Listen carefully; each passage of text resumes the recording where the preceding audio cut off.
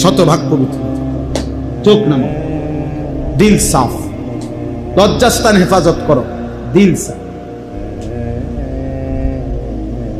যালিকা আযকা লাহুম, আল্লাহ বলেন এটাই হচ্ছে সবচাইতে বড় অন্তরের পবিত্রতা। হ্যাঁ, অনেক ভদ্রলোক আছে না, বাটপার বাটপার কয় যে অসুবিধা নাই, একসাথে চলে ফিরে, ভিতর ভালো থাকলে সারব, ভিতর ভালো।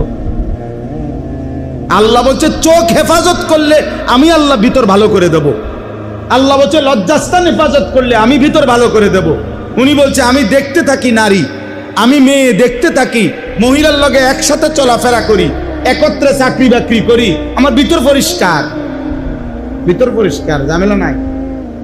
মাশাআল্লাহ, একটা আল্ট্রাসাউন্ড দিয়ে একটু আমরে আমনের ভিতরটা একটা আল্ট্রাসোনোগ্রাফি করেন, এটা রিপোর্টটা কিন্তু দিলে ভালো ছিল, নাহলে আপনি খরচ না দিলে আমি খরচ দিব।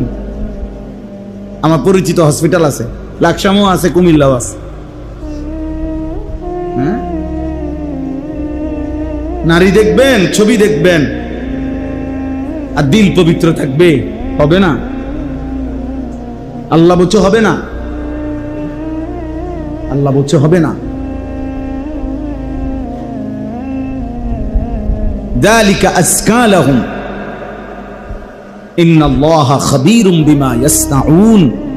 আল্লাহ তাআলা বলেন তোমরা যেই কোনো কৌশলে, বান্দা একাকী, গোপনে, সংগোপনে, পাহাড়ের গুহায়, পাহাড়ের চূড়ায়, জঙ্গলের গভীর কোণে, সাতবক জমিনের নিচে, সাগর মহাসাগরের তলদেশে, যেখানেই যা করো না কেন, যত গোপনে, রাত গভীরে, রাত 2টায় লাইট বন্ধ করে, দরজা নিবায়া, কানের মধ্যে ইয়ারফোন লাগাইয়া, চারিদিক নিস্তব্ধ করে, দরজা জানালা ছিটকারি লাগাইয়াও যদিও নারী দেখো, ছবি দেখো, মোবাইলের অস্থির দৃশ্য দেখো আর হারাম করো, আল্লাহ বলেন খোদার কসম বান্দা আমি কিন্তু সব খবর রাখি।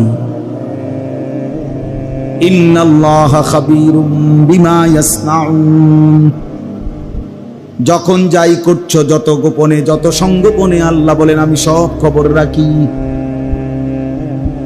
ইন্নাল্লাহা খাবীরুম বিমা ইয়াসনাউন। তাইলে জওয়ান কিংবা বৃদ্ধ কেউ ফাঁকি দিবেন না। বুড়া মানুষ টেলিভিশন চায়, চা দোকানে বসে বড় বড় চোখ কইরা রাক্ষসের মতো নাচ গান দেখে, নর্তকী দেখে, নাটক সিনেমা দেখে, আর জিগাইলে কয় না না না, যেটা খবর